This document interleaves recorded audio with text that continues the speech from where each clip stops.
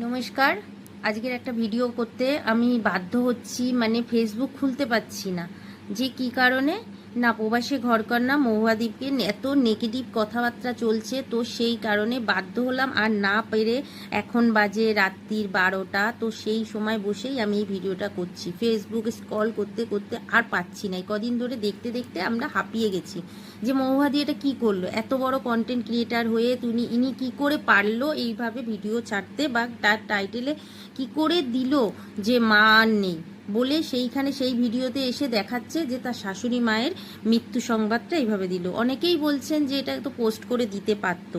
তো তাদের উদ্দেশ্যে একটাই বলবো, উনি একজন ডেলি ব্লগার। উনি যেরকম তার সুখ দুঃখের সুখের জিনিসগুলো আমাদের কাছে শেয়ার করে, তো আমাদেরও তো উচিত তার দুঃখের দিনে সে আর একটা জিনিস, আপনারা কি পুরো ভিডিওগুলো দেখেনি? প্রত্যেকটা ভিডিওতে কিন্তু উনি বলে দিচ্ছেন যে আমি কিন্তু মনিটাইজার তার কিন্তু সমস্ত ভিডিওতে অফ করে রেখেছে, অন করে রাখেনি। তো সেক্ষেত্রেও কিন্তু মানুষ তাকে ছাড়ছে না। কেন? এত ভালোবাসেন তাকে। আর তার এত সুদূর বা মানে আমেরিকা ক্যালিফোর্নিয়া থেকে যে একজন বাঙালি, একটা সাধারণ মেয়ে যে এত কিছু করতে পারে, মানে আমি নিজে বলবো, আমি যে অনুপ্রাণিত। আমি আজকে ইউটিউব করছি বা ফেসবুকে যে পোস্ট করছি, এগুলো কিন্তু আমি তাকে দেখেই শিখেছি যে উনি যদি করতে পারে তাহলে আমরা কেন করতে পারবো না। আর এই যে শেষ যাত্রা, শেষ কীর্ত, এটা কি, তারা ছেলেমেয়েরা বিদেশে বড় হয়েছে, আর বড় হয়ে তাদেরকেও দেখাতে চাইছে বা শেখাতে চাইছে প্রত্যেকটা, যে আমরা যে সনাতন ধর্মে বাস করি, আমাদের যে কি কি রীতি রিয়াজ কিভাবে কি, সম্পূর্ণটা কিন্তু সে কিন্তু এই ব্লগের মাধ্যমে তুলে ধরছে।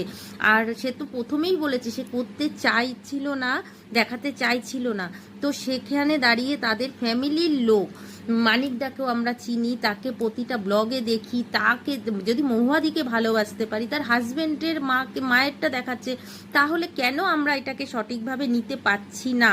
এটাই আমার কাছে প্রশ্ন। মানে কি বলবো, এত নেগেটিভিটি তার ভেতরে কেন আসছে? তো আপনাদের কাছে হাত জোর করে অনুরোধ করছি, আর এইভাবে তাকে নিয়ে এত ছেঁড়াছিঁড়ি করবেন না। হ্যাঁ, আপনারা বলতে পারেন যে একজন করেছিল, কে একজন করেছিল, তো সেই ভিডিওর সঙ্গে এই ভিডিওর তুলনা করবেন না। কেন না করবেন না? মানে সে করেছিল আমি বিয়ে শ্রাদ্ধ বাড়ি যাচ্ছি, এই সাজ গোজ এটা ওটা করেছিল। তো সেক্ষেত্রে দাঁড়িয়ে কিন্তু তিনি সেটা করেনি। তার সুখটাও যেরকম আমাদের কাছে শেয়ার করে, তো তার দুঃখটাও আমাদের জানা উচিত। আজকে যিনি ডেলি কন্টেন্ট ক্রিয়েটার, তো সে যদি এতদিন অফ থাকে, তো আমাদের মনেও তো প্রশ্ন উঠবে। পরে তো আবার আমরাই বলবো কেন আমাদের দেখালেন না, কেন আমাদের ই করে না। একজন সেলিব্রিটি মরে গেলে যদি আমরা তাদেরটাই দেখতে পারি, সব কিছু খোঁজ করতে পারি, তাহলে কেন তারটাই পারবো না? তো ওই বলে আমার ভিডিওটা শেষ করছি।